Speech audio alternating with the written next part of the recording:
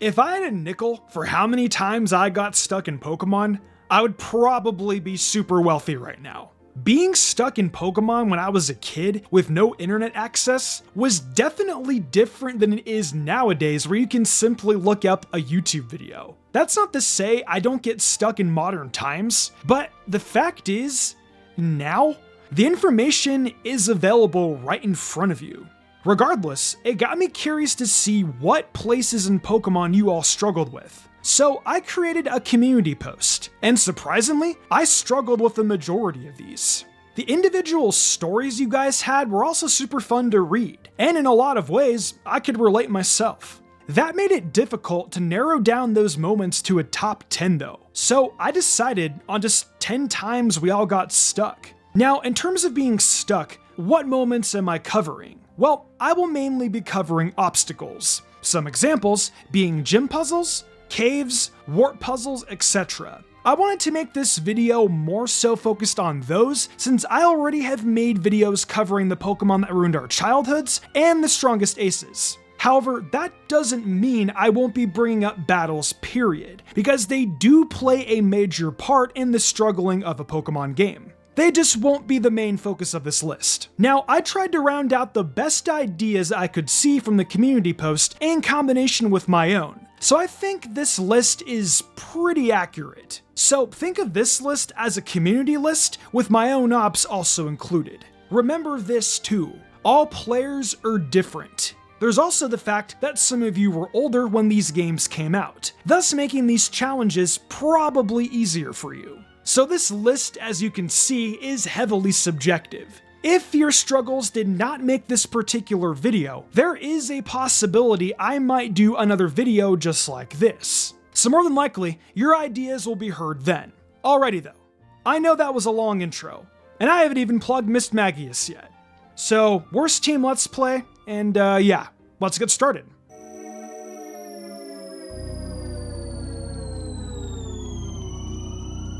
So, coming up first in no particular order is the Distortion world in Pokemon Platinum. The Distortion world, as we all know, is Giratina's lovely home and playground. In this world, there are directional floating landmasses, floating rocks the players must jump across, a strength puzzle, wall climbing, climbing a waterfall upwards, and anything that looks pretty distorted. On second thought, looking at this gameplay again, I do remember struggling with this a tad in a recent playthrough of Plat I did on a stream a few years ago. You'll know if you're making progress though, the more you see the Lake Trio and Cynthia. If you're playing Plat the first time and you struggle with mazes, yeah, you might struggle a bit here. Funny thing, I do remember I had to look up a vid to figure out that strength puzzle. I was never particularly too good at those, to be honest. Reading the community post, I saw a lot of places I initially struggled with as a kid, and this one I damn well remember. You think you saved the director in the radio tower, only to find out he was a rocket executive who tells you the real director is being held underground. You get the underground key, battle your rival, and things are looking pretty hunky-dory, right? Then you see this puzzle. Okay. This puzzle is beyond easy, but if you were a kid like me who overcomplicated everything and the simplest puzzles were like unsolvable algebra problems, I also struggled pretty hard with math by the way, then this simple button combination puzzle was like the Lake Temple and the Ocarina of Time, and I still struggle with that by the way. I remember clicking the buttons randomly over and over again, wondering what in the hell was going on. And for the life of me, I couldn't figure this out. Turns out, my neighbor showed me, and it was literally just the combination of 3, 2, and 1. My neighbor pretty much laughed at me because it took me forever to figure this out. Funny enough, I actually looked up a video on how to do this basement puzzle for my own amusement, and there were commenters that still struggled with this. Honestly, I can't blame them. So don't feel bad if you can't figure it out. It's literally the epitome of it's simpler than it looks. And as an overthinker myself, I totally get struggling with this puzzle.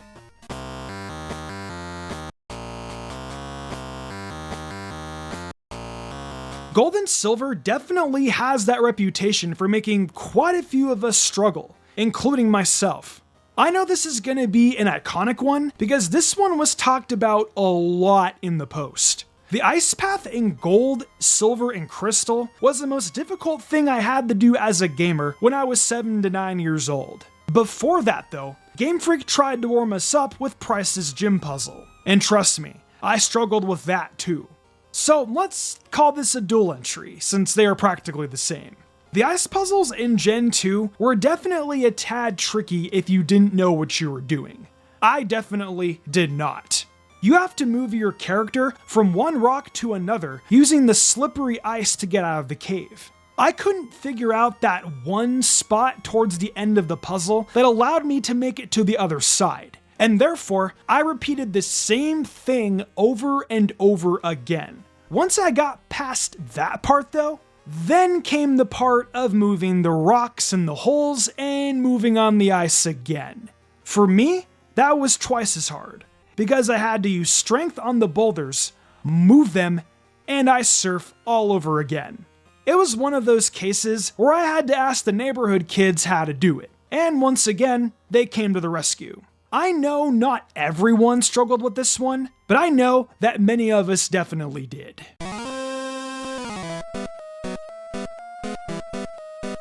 Oh god. Silph Co.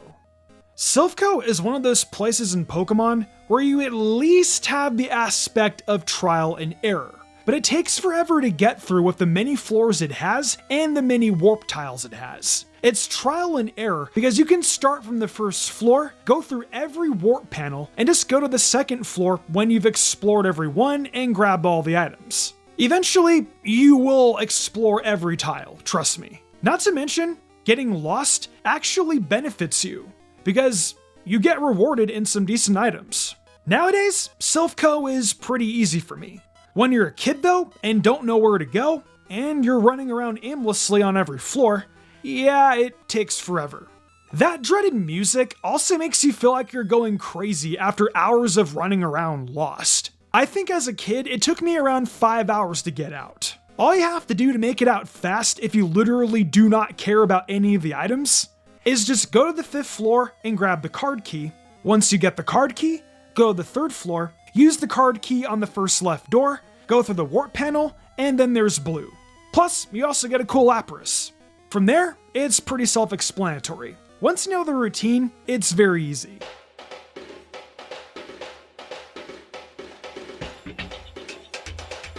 Let's move a bit south of Silph Co and head over to Fuchsia City. I think y'all know where I'm going with this entry. In the Safari Zone, you are limited to 500 steps per visit, and once those steps are gone, you have to reset from the very beginning. The reasoning for coming through here is to grab the required Surf HM located in the secret house, not to mention the golden teeth right below it.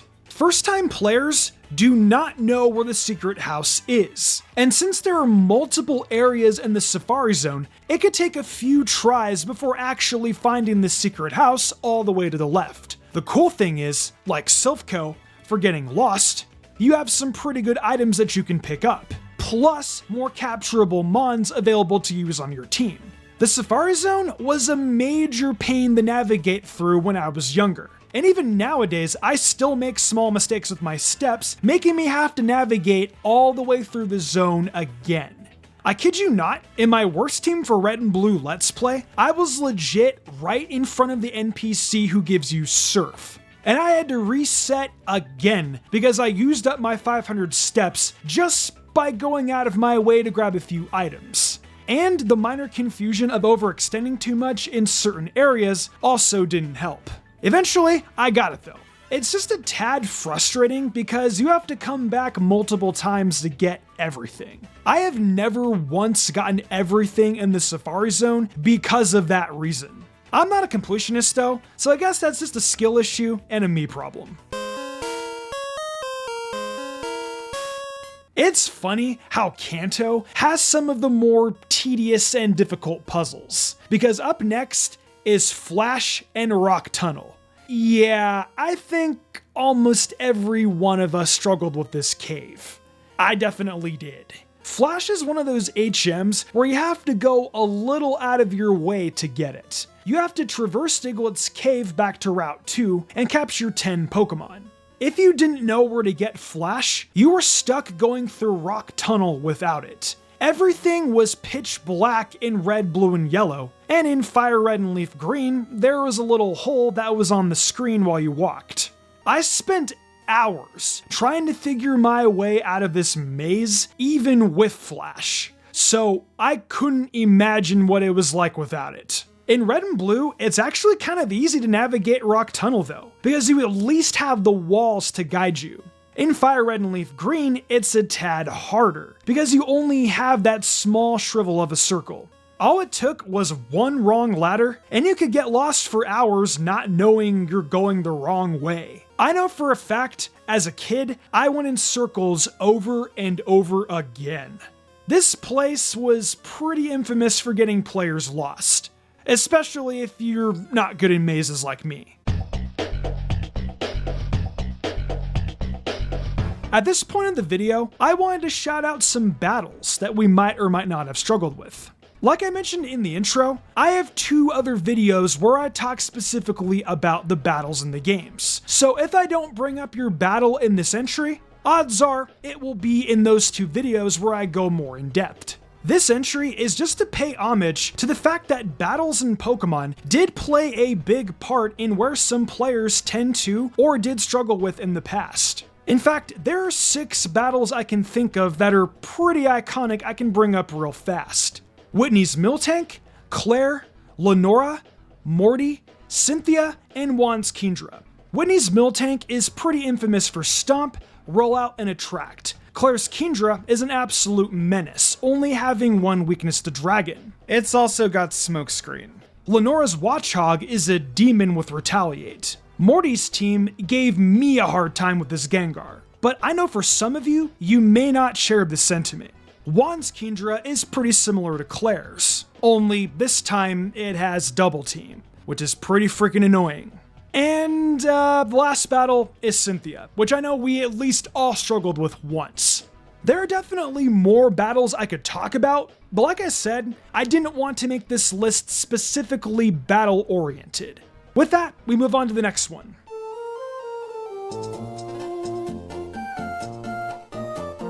Here's one I actually didn't see brought up much on the community post at this point. That could change though, as I am scripting on October 10th, a few days before this video goes up. At this time though, I don't see the Sky Pillar. In Pokemon Ruby, Sapphire, and Emerald, you could capture Rayquaza at the Sky Pillar by Pacifidlog Town right before getting to the Elite Four. The Sky Pillar maze consisted of a Mach Bike challenge. The goal is to pretty much ride the Mach Bike through all the holes without messing up. It was annoying if you did, as one button mess up could literally ruin your entire ride. Trust me, I did this a lot as a kid, and even now. There's also the fact that multiple Pokemon appear, so you'll want repels as well. I never knew anyone as a kid that could get to Rayquaza on their first try, so if you did or can, props to you. Speaking of Rayquaza, while we're on the subject, Sky Tower in Red and Blue Rescue Team kicked my butt. I would get close to where the summit was, and would have to start over from floor 0 if I whited out. Those Aerodactyls were pain. The same also applies to Temporal Tower in the Explorer series. That one definitely gave me some trouble as well.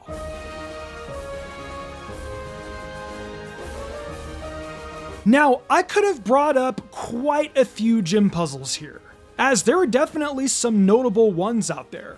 Lieutenant Surge's Trash Cans, Wallace's / Juan's Ice Walk, Price's Ice Path, Skyla's Wind Puzzle. There are quite a bit, and in some cases can be harder than the one I'm gonna bring up. However, I wanted to only bring up one, and it was the one I struggled with the most. Canis's gym in Sinnoh was a little frustrating for me. It's an ice puzzle, but you have to make sure you target the right tiles in order for you to break the snow. This took me hours to figure out when I was younger. I kid you not.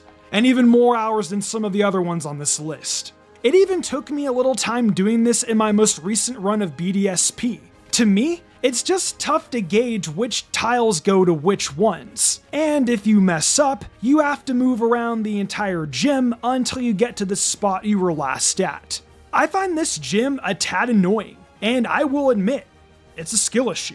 It is pretty cool though when you're at the top, and your character just crashes into all the piles of snow in the middle of the gym. It's pretty fulfilling, to me at least. So, I know this isn't a top 10 per se, but I had to save this one for last. Braille in Generation 3 was one of the trickiest things in Pokemon to figure out, especially when you consider the internet wasn't as huge as it is now, and a YouTube vid could just get you through. In the early 2000s, it was a different kind of world. I didn't know how to get to the Regis without my friend's guidebook. My parents wouldn't get me the guidebook, so I had to wait like pretty much 6 months until my friend's birthday for when he got the book. Imagine not having friends that played Pokemon in the area though, and not having a guidebook. Getting the Regis must have been nearly impossible. This comment is one of those examples, but with the dotted hole in Fire Red and Leaf Green. And after reading this comment, I have to say, I can relate to your struggle a lot. That's just how times were back then. I'm sure there were certain game facts guides back then, but I didn't think to look those up as an 11-year-old little squirt. Nowadays, there are plenty of vids you could very easily look up. But back then, I remember that these Braille puzzles were practically impossible. Well, those are 10 times we possibly struggled in Pokemon. What do you guys think? Did you struggle with any of the challenges I mentioned? If not, which ones did I miss so I can include them in a possible next video? Let me know down below.